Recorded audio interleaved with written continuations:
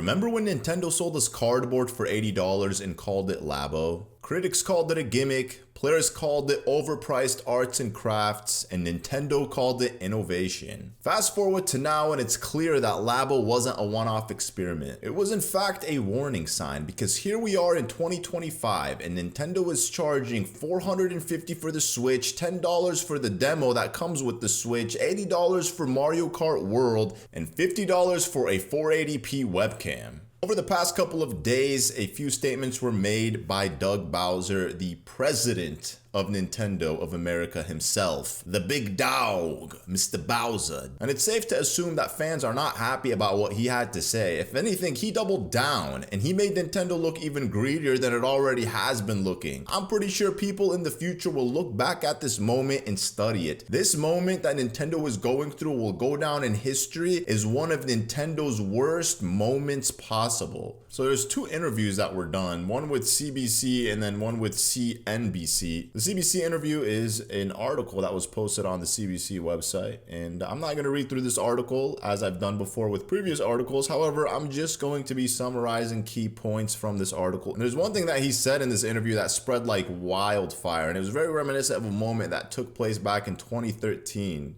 In the article, Bowser was asked about the high price reaction, the gaming prices concerns, the pre-order pause, the tariff impacts, affordability concerns, future outlook, and industry impact. But out of everything that was mentioned in this interview, I just want to talk about one specific thing that he said. So he says, as we look at Nintendo Switch 2 and think about the feature sets that I talked about, we believe that the price is appropriate for the value of the machine and the gameplay experience overall. He double downs on the price of the Switch 2. He thinks that $449 is an accurate price set for the console itself and everything that you're getting. He says, we recognize there are some people that may not be able to afford the Switch 2's price point. That's why we wanted to make the other Switch platforms available, so people still have an opportunity to come into our gaming universe, be a part of these characters in these worlds, and see value, if you will. People have been comparing this to the Don Matrix situation from E3 2013, where he was asked after the unveiling of the Xbox One regarding those who do not have access to internet connection, because the Xbox One required you to have always on internet connection in order for the system to function properly. He said, would have arguably gone the other way if we didn't do it, and fortunately we have a product for people who aren't able to get some form of connectivity. It's called Xbox 360. Right. So stick with 360. That's your message if you don't, like it? If you have zero access to the internet, that is an offline device. I mean, seriously, when I read the blogs and thought about who's really the most impacted, there was a person who said, hey, I'm on a nuclear sub. Right. And I don't even know what it means to be on a nuclear sub, but I've got to imagine that it's not easy to get it. So the message here essentially was, if you don't have access to good internet, just stick to the old one. Don't buy a new one. And very similarly with Doug Bowser, people are trying to compare what he said to this statement made by Don Matrix. I don't think it's fair to compare both situations, to be honest. The Xbox One required constant internet, and there's many people in this country who do not have good internet. So it was actually a valid question when asked, what about those who do not have access to good internet because the system requires you to constantly be connected? His response was essentially very dismissive, and it seemed to alienate those who do not have access to good internet to sticking and remaining with the Xbox 360. Whereas Doug Bowser's response seemed a little bit less severe, more empathetic, more inclusive to those who cannot afford to buy the Switch 2, understanding the price point is in fact much higher than the Switch, and many people aren't going to be able to afford it right from the gate, and seem to just reiterate that they're still offering the Switch and games are still coming out for the Switch. Tamagotchi Life and other various titles are still coming out in 2026 for the Switch, and you can also access the plethora of games already out for the Switch by buying a Switch in 2025. And you'd be buying a Switch at a much more reasonable price, and if you were to opt for the Switch Lite, you would be getting that for an even cheaper price than the Nintendo Switch. I can understand why it's funny for people to make comparisons of Doug Bowser's statement to Don Matrix's statement. However, I think Doug Bowser's statement was made with good intention, and that's something that I'm just gonna have to be fair with. There was also an interview conducted by CNBC, and this is a video interview, and it says that the interview was taking place the day of the Nintendo Switch 2 Direct. However, the interview came out only a couple of days ago. So we're gonna go ahead and watch this interview and see what Doug Bowser has to say.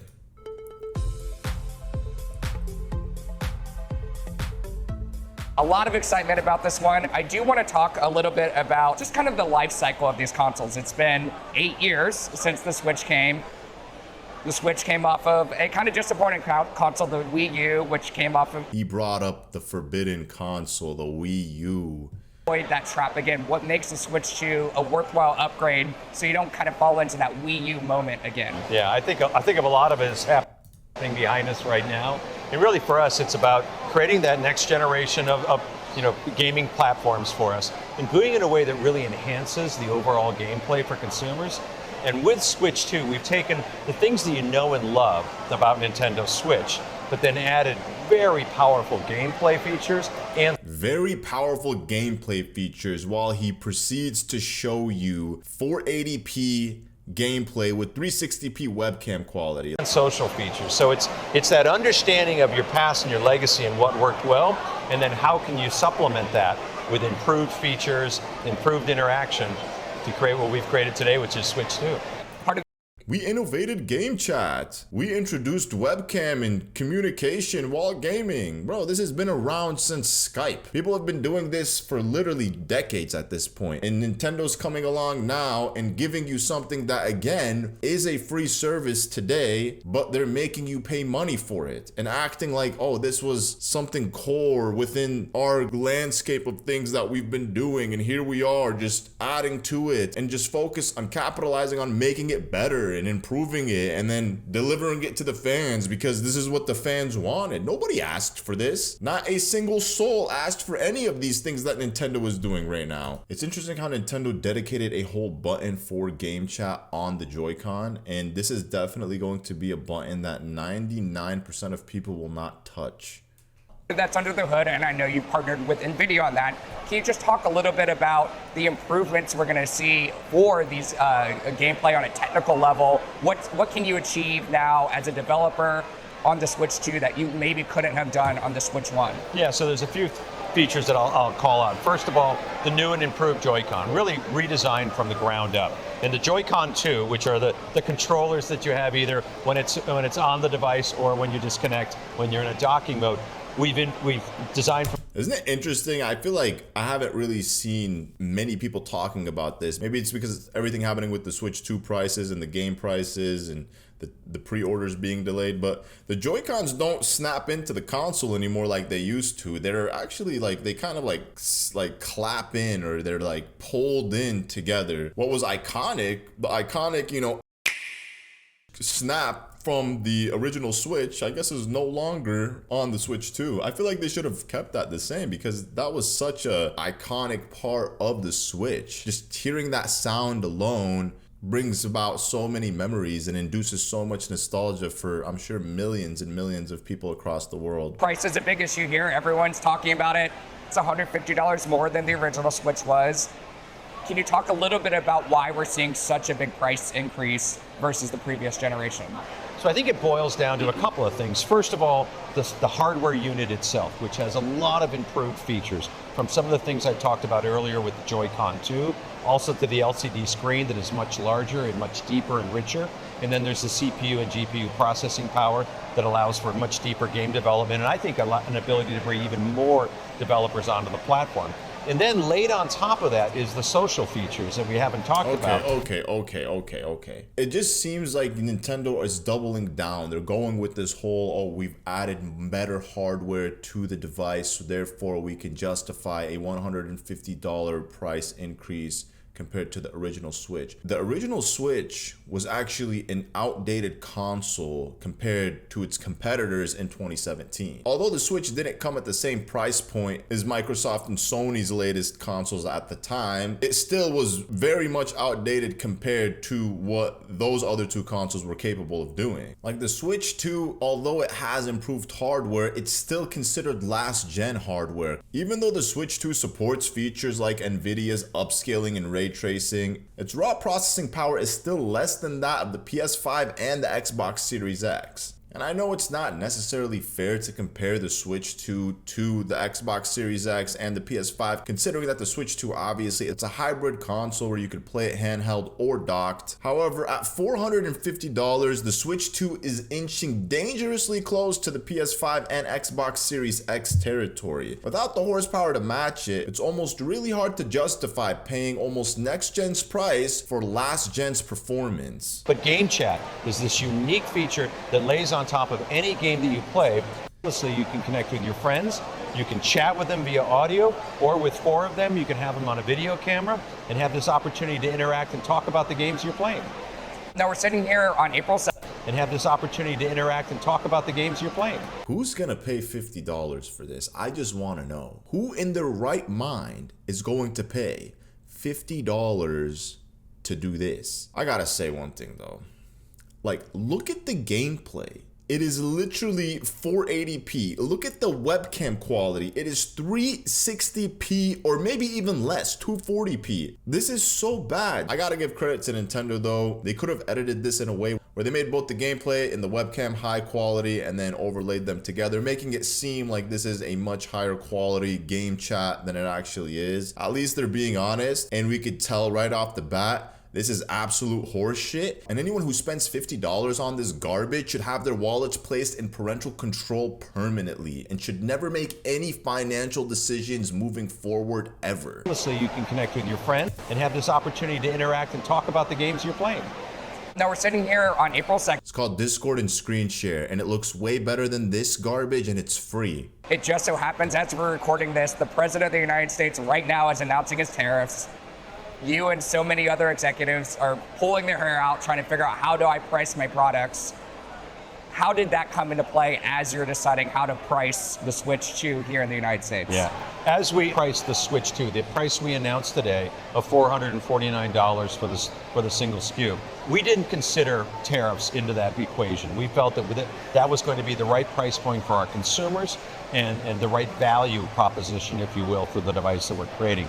A lot of news today. We're still... The fact that he said that they priced it at $449 and they thought that that was the right price point, and even earlier on in the interview and other interviews that were conducted, he himself said that for the hardware, and other Nintendo representatives said for the hardware that Nintendo is providing, they believe that $449 is a good price point for the Switch 2. Now, as he just said, and this should scare a lot of people because they did not take tariffs into consideration while coming to the decision of the $450 price point. And maybe all this is just bad karma for Nintendo. Like the fact that the day of the Switch 2 Direct, the president of the US places a 46% tariff rate on Vietnam. It's probably just bad karma for Nintendo's greed. They're trying to siphon as much money as they can out of our pockets, and this is what happens to them. But there is some good news. The president of the United States has placed a 90-day pause on tariffs, with the exception of China. Due to the heavy tariffs that China was imposing on the US back in 2019, Nintendo moved their business operation from China to Vietnam. This is obviously a part of a long ongoing trade war between America and the rest of the world. However, this might actually protect us from a price hike. But if negotiations between America and Vietnam go south, we could see the price of the Switch 2 going up. But it's tough to say that we are out of the woods at this moment. Okay, so pre-orders for Nintendo Switch in the US will not start April 9th in order to assess.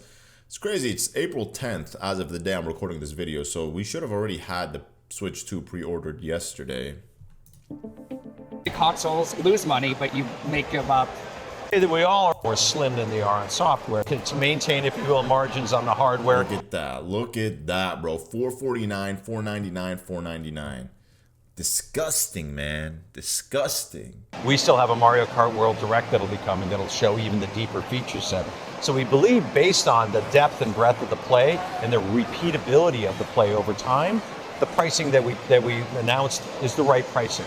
But again, other games like you mentioned, Donkey Kong Bonanza, it's going to be at a $70 price point, because that is what we feel is the right price point for that particular gaming experience. So there's no standard price, basically. There's no standard price. What about for third-party titles? Is that kind of up to the developer? That's exactly right. It's really their choice based, again, on the type of gameplay experience that they're bringing. Let's talk about supply.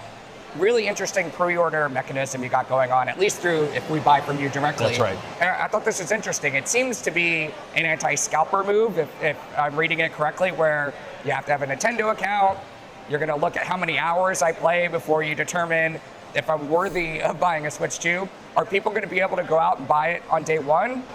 So you're going to see, first of all, you're speaking to our own pre-order program that we have through My Nintendo or through Nintendo. So I've actually seen this where people were dissing on Nintendo, talking about how Nintendo's pre-order program requires you to have a Nintendo account and they're going to evaluate each user based off of their playtime hours. So people were speculating that Nintendo was doing this to protect them from scalpers buying more than one Switch and then reselling them online for double, triple the price, similar to what we saw with the PS5. But let's see what he has to say. Nintendo.com. And our motivation there with the number of hours played was really to reward our most loyal players and to give them a chance to queue up first and have an opportunity to purchase the product. Tomorrow we're going to be meeting with our retail partners, and our retail partners will have their own pre-order programs. So our goal is to meet the demand that's going to be out there for Nintendo Switch 2. Do you think you can? Well, it remains to be seen, but that certainly is our goal. I feel like Nintendo's overestimating themselves right now. And where we certainly years of supply constraints, or the PlayStation 5 years of supply constraints, no COVID to deal with now. So that's correct. Good. That's correct. And we've had some time to build up inventories on a global basis. Okay. So we really do hope we can meet that. So these are ready today. to ship. They're ready to go. They're even landed already in some in the United States. Yes. Oh wow. So. Yo, so if they're here in the country, they should just put this on pre-order now. Like, come on. Like, what's going on, Nintendo? You got it already here in the country. Like, obviously, we don't know how many units they have in this country, but still, like, they should just put it on pre-order right now and at least sell it for the price that they said they would originally sell it for, $449. People have already gone through the stages of just bargaining with themselves and saying, okay, whatever, I'll buy it at that price point, but don't increase the price on us. Now people are going to go hunting for warehouses, I think, for these things. Yeah, so moral of the story is, regarding the price of the Switch 2, they think that $449 is a fair price point for what the console has to offer. This could go one of three different ways. Either Nintendo sell the console for $449 as promised, and people just get over it and buy the console sells millions, and it ends up being a true successor to the Nintendo Switch. Nintendo, because of tariffs, end up increasing the price point of the Switch 2. We'd most likely see like a $100 increase. So instead of paying $449 for the Switch 2, you'd end up paying $549 for the Switch 2, which would probably deter a lot of people from buying the console. Or we might have a infamous moment like we did with the Nintendo 3DS when it first launched back in 2011. It was one of the rare times where we've seen Nintendo drop the price for a product that they put out. The 3DS, I don't know if you guys remember this, but the 3DS, when it came out back in 2011, it came out for $250. It had one of the weakest launch lineup, if not the weakest launch lineup